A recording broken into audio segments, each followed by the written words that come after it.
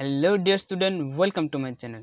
So আজিৰ ভিডিওতে আমি ক্লাস 12 ৰ ফ্লেমিঙ্গো বুকছৰ প্ৰথম অধ্যায় the last লেসনৰ short and important question answer বোৰ আলোচনা কৰিম আৰু ইয়াৰ পিছত আমি long question answer বোৰ আলোচনা কৰিম। তো আমি আজি ইয়াতে হেবোৰ question answer আলোচনা কৰিম যিবোৰ question answer আগে পিছে পৰীক্ষাত আহিছে আৰু আগন্তুক পৰীক্ষাতো আহাৰ সম্ভাৱনা আছে। মোক question answer কাৰণে বহুতে ৰিকুৱেষ্ট কৰিছিল যদিও মোৰ দেৰি হ'ল তো মই তোমালোকক এটা কথা ক'ব বিচাৰিছো যে মই তোমালোকক যেনেদৰে প্ৰমিস কৰিছিলো যে মই তোমালোকক ৰেগুলাৰ কোৱেশ্চন আনসাৰ দিম সো মইতো কৰিমে কন্টিনিউলি তোমালোকে ৰেগুলাৰ কোৱেশ্চন আনসাৰ বোৰ পাই যাবা শৰ্ট বা লং সকলোখিনি সো লেটস স্টাৰ্ট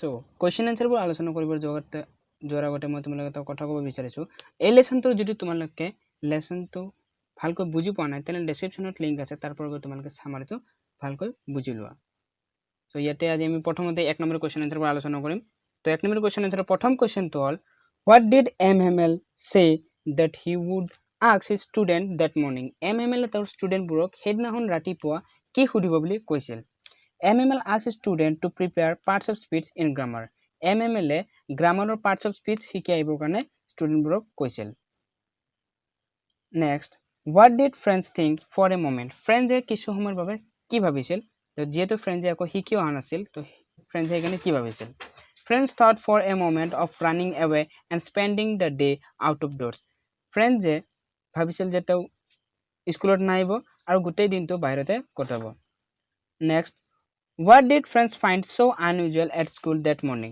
friends এ হেদিনাখন ৰাতিপুৱা স্কুলখনত পোৱা unusual অসাধাৰণটো কি আছিল friends found the unusual thing about Mr. MML's attire friend এ স্কুলত দেখা অসাধাৰণটো আছিল Mr. MML ৰ attire মানে হল dress up যিটো ড্ৰেছ পিন্ধিছিল because he wore a green coat কাৰণ তেওঁ গ্ৰীণ কোট পিন্ধিছিল a black cap the black cap and a white full shirt এটা white shirt পিন্ধিছিল all embroidered the সকলোবোৰ embroidered হৈছিল which he wore usually on inspection and prize day যেটো তেওঁ inspection মানে কিবা উৎসৱ অথবা prize distribution টাইমতে পিন্ধিছিল next what is the name of the blacksmith the blacksmith মানে হল কমাৰ জনৰ নামটো কি আছিল the name of the blacksmith in the last lesson is watchstar তো blacksmith জনৰ নাম আছিল watchstar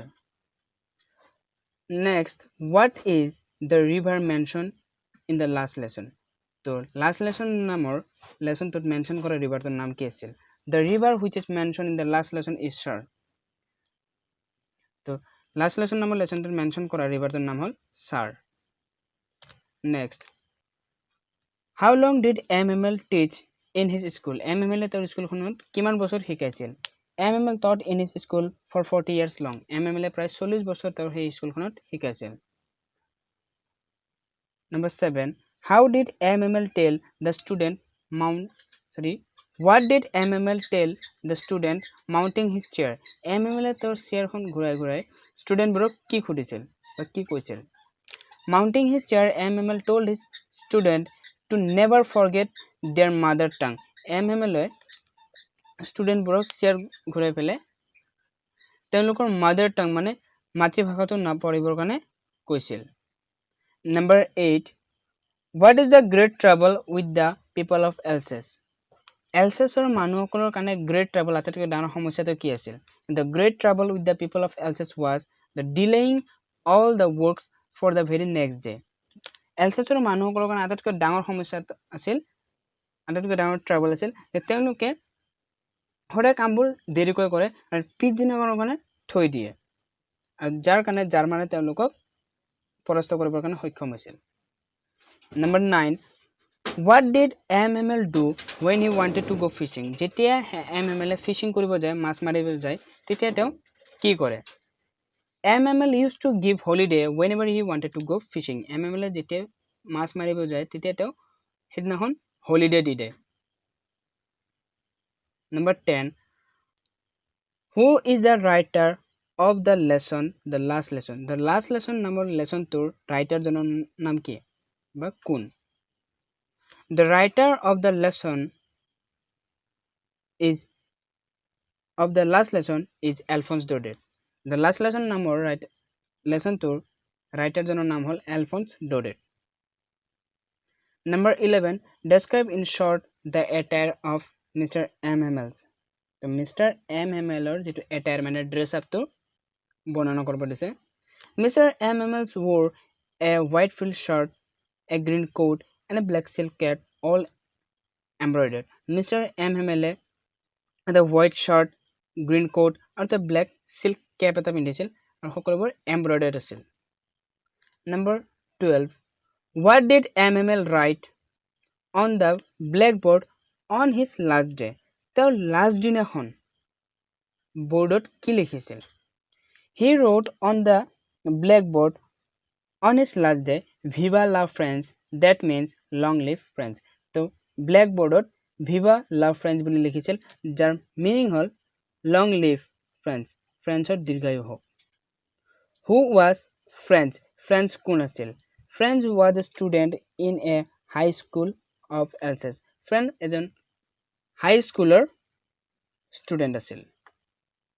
So ইয়াতে এক নম্বৰ question answer শেষ হল.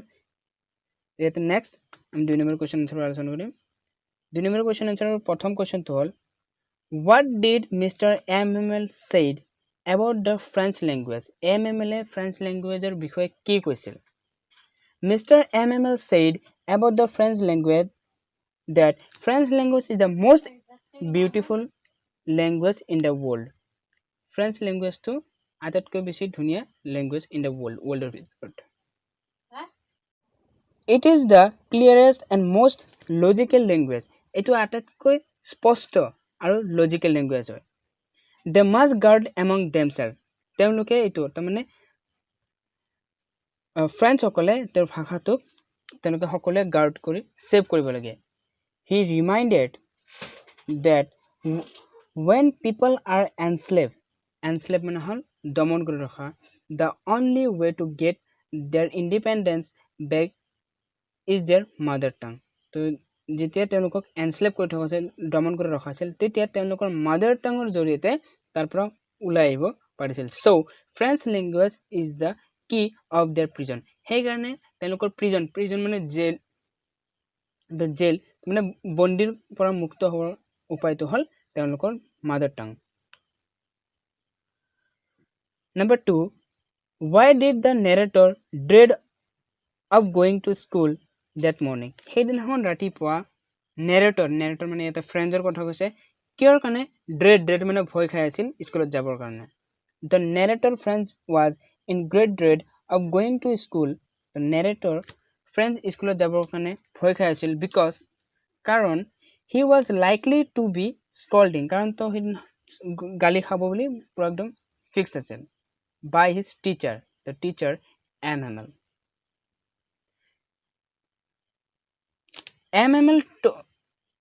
By his teacher MML told him that he would question on participles. MML কৈছিল যে তো participles ওপৰত, parts of speech ওপৰত question কৰিব, but he did not know the first word of it. কিন্তু তো ইয়াৰে প্ৰথম শব্দটো তো মানে participles ৰ p টো নাজানিছিল. Number 3, what is the great trouble with Alsace? Alsace ৰ কাৰণে great trouble তো কি আছিল? আটাইতকৈ ডাঙৰ সমস্যাটো কি আছিল? The people of Alsace had a tendency to Alsace ৰ মানুহসকলৰ কাৰণে এটা tendency মানে প্ৰবৃত্তি এটা আছিল to postpone thing till the next day. পিছদিনাখনৰ কাৰণে কাম এটা ৰাখি থোৱাৰ এইটো তেওঁলোকৰ tendency আছিল, তে পিছদিনাখন কৰিব. And unfortunately, দুৰ্ভাগ্যবশতঃ the Germans took over Alsace and banned the teaching of French language. তো সেই কাৰণে কি হ'ল, জাৰ্মান সকলে এওঁলোকক দমন কৰিব পাৰিছিল আৰু দমন কৰি ফেলে তেওঁলোকে ফ্ৰেঞ্চ ল্যাঙ্গুৱেজটো এলছেছত পঢ়োৱাটো বন্ধ কৰি দিছিল. Though Alsace people were French, যদিও Alsace মানুহসকল ফ্ৰেঞ্চৰ আছিল, they all were responsible for that. তেওঁলোকে এটোৰ কাৰণে ডাঙৰ ৰেসপন্সিবল আছিল. তেওঁলোকে যদি সদায় কামটো সদায় কৰি গলেতেন, দৈনন্দিন কাম কৰি গলেতেন, তেনেহলে বা যদি অকমান যদি তেওঁলোক চেতন হৈ থাকিলেহেঁতেন তেতিয়াহ'লে জাৰ্মানে তেওঁলোকক সহজতে দমন কৰিব নোৱাৰিলেহেঁতেন। Number 4. What were the unusual things that French noticed on the day of the last lesson? What were the unusual things? তাতে unusual thing to কি আছিল? অসাধাৰণ বস্তুটো কি আছিল? That French noticed, যেটো ফ্ৰেঞ্চে notice কৰিছিল on the last lesson টোত। On that morning, সেইদিনাখন ৰাতিপুৱা, যিদিনাখন ৰাতিপুৱা ফ্ৰেঞ্চে আহিছিল স্কুলত, the unusual things were, unusual thing এইটো আছিল Mr. MML attire, the first হ'ল Mr. MML attire that he wore যিটো তেওঁ পিন্ধিছিল, and the atmosphere of the school which looked almost like a Sunday morning, আৰু স্কুলৰ এটমস্ফিয়াৰটো যিয়ে এনেকুৱা লাগিছিল যে সেইদিনাখন এটা সানডে মৰ্নিং হয়। তো এইটোৱে আছিল তেওঁৰ কাৰণে এটা আনউজুৱেল থিং। নেক্সট, চ' ইয়াতে আন এটা কথা আছিল যে স্কুল ৰুমৰ ভিতৰত অহাৰ লগে লগে তেওঁ দেখিছিল যে MML তেওঁৰ লগত ভালকৈ কথা কৈছিল আৰু পিছফালে বহুতো মানুহ বহিছিল গাঁৱৰ। তো এইটো কথা আমি লিখিলো যদি ইয়াতে 3 মাৰ্ক বা 4 মাৰ্ক থাকিলে, তো ইয়াতে যেহেতু 2 মাৰ্কছ আছে সেইকাৰণে আমি ইয়াতে অকল দুটা পইণ্টছে লিখিছো। Next, why the lesson is called the last lesson? এই লেসনটো কিহৰ কাৰণে লাষ্ট লেসন বুলি কোৱা হয়? In the last lesson to the main character, যিজন মেইন কেৰেক্টাৰ আছিল, মুখ্য চৰিত্ৰ আছিল, Mr. MML is taking his last lesson. তেওঁ সেইদিনাখন the last lesson পঢ়াইছিল of French language, France ভাষাত, because কাৰণ from the very next day, কাৰণ পিছদিনাখনৰ পৰা German was going to be taught, German ভাষা শিকোৱা হ'ব in the school of Alsace and Lorraine, Alsace আৰু Lorraine স্কুলবোৰত। That is why আৰু সেইকাৰণে the lesson named the last lesson, সেইকাৰণে এই লেসনটোৰ নাম the last lesson বুলি দিয়া হৈছিল। What was the order of Berlin that disappointed everyone in Alsace and Lorraine? What was the order from Berlin? বাৰ্লিনৰ পৰা কি অৰ্ডাৰ আহিছিল that disappointed, যিটোৱে সকলোকে disappointed কৰি দিছিল, নিৰাশ কৰি দিছিল এলছেছ আৰু লৰেনৰ মানুহবোৰক। The order from Berlin was that French language will be banned, French language to ban কৰি দিয়া হ'ব, and German has going to be taught, আৰু জাৰ্মান ভাষা শিকোৱা হ'ব in all the school Alsace and Lorraine, Alsace আৰু লৰেনত from the next day, পিছদিনাখনৰ পৰা। This order disappointed everyone, এই অৰ্ডাৰটোৱে, এই আদেশটোৱে সকলোকে নিৰাশ কৰি পেলাইছিল। Number 7. What was there a crowd information of a bulletin board at the town hall? Town হলত থকা ক্ৰাউড ইনফৰমেশ্যনটো কি আছিল? তো ইয়াতে এইটো 2 মাৰ্ক বা 3 মাৰ্ক থাকিব পাৰে, সেইকাৰণে ইয়াতে 2/3 দিছো মই। When the narrator passed the town hall, যেতিয়া নেৰেটৰে টাউনৰ মাজেৰে পাছ হৈ গৈ আছিল, there was a crowd information of the bulletin board, bulletin board মানে বহুত মানুহ ভিৰ লাগি আছিল। There used to be a bad news always from the last 2 years, যোৱা কেইবছৰ ধৰি তাতে অকল বেয়া নিউজ আহি থাকে।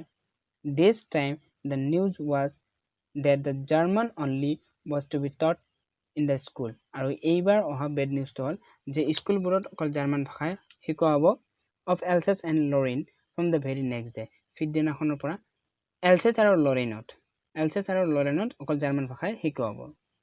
The narrator come to know of it only when Mr. MML told in the class about it, আৰু তেতিয়া নেৰেটৰ এইটো কথা তেতিয়াহে জানিব পাৰিছিল যেতিয়া তেওঁ MML এইটো বিষয়ে ক্লাছত কৈছে। সো ইয়াতে